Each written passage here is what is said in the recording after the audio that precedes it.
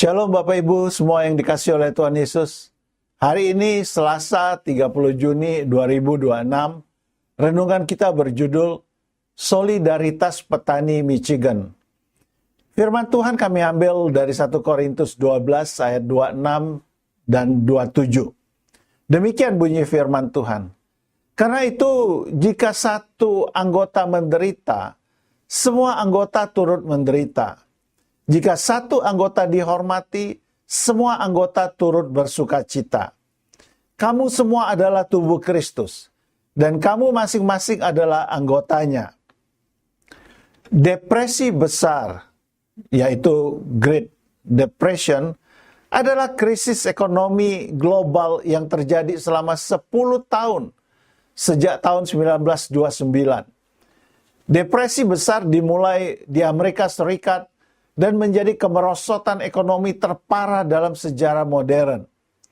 Depresi besar banyak meninggalkan kisah yang menyakitkan, tetapi juga sejumlah kisah yang mengharukan. Salah satunya adalah kisah persaudaraan dan solidaritas di Michigan, Amerika Serikat pada tahun 1936 yang dikenal sebagai Lelang Sen. Lelang Sen adalah permufakatan para petani di Michigan terhadap lahan atau harta warga yang disita dan dilelang oleh kreditur atau pemberi hutang. Dalam lelang sen, para petani sepakat untuk menawar harta sitaan dengan sangat rendah, yang mengakibatkan pengembalian yang sangat rendah pula bagi kreditur. Lelang sen adalah salah satu aksi perlawanan paling berani selama depresi besar. Saat bank menyita lahan atau harta warga setelah keluarga tidak mampu lagi membayar cicilan mereka, masyarakat setempat di Michigan seringkali mengambil tindakan sendiri. Para petani akan berkumpul dalam kelompok besar dan sepakat sebelumnya untuk hanya menawar beberapa sen setiap barang, ternak, atau tanah warga yang disita, sehingga menyebabkan harga lelang turun hingga hampir nol.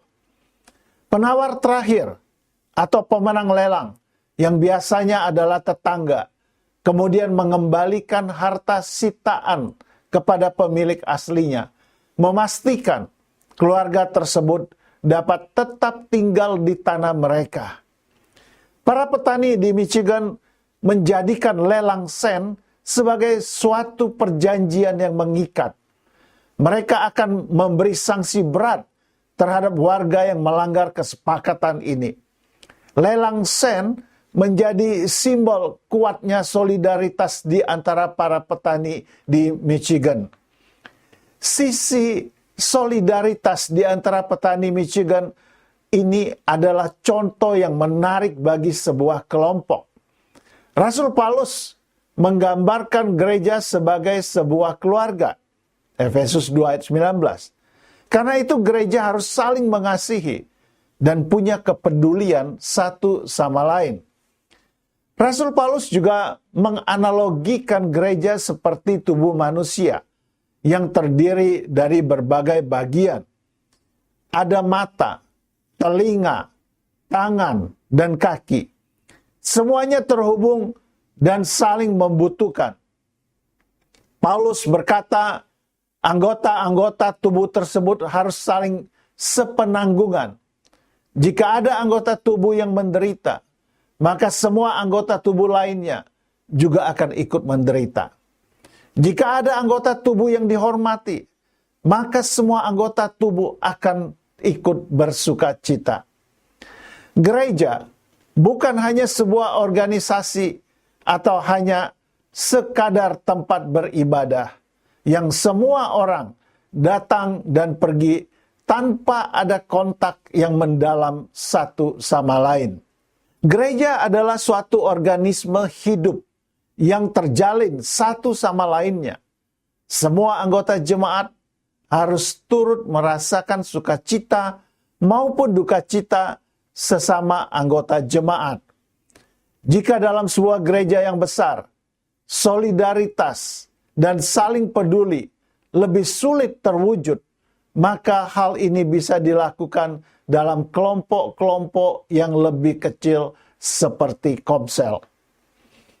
Kata-kata bijak hari ini, gereja seharusnya adalah tempat yang paling terdepan dalam mempraktekkan solidaritas dan saling peduli.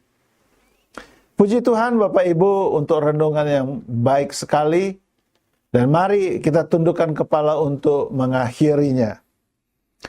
Bapa, ajar gerejamu untuk saling peduli satu sama lain sebagai sebuah keluarga.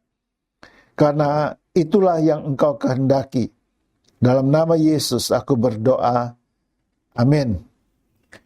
Bapak Ibu yang baru bergabung dengan renungan Mana Surgawi ini, silakan tekan tombol subscribe agar dapat menerima renungan ini secara rutin setiap hari. Selamat beraktivitas. Tuhan Yesus memberkati Bapak Ibu sekalian. Haleluya. Amin.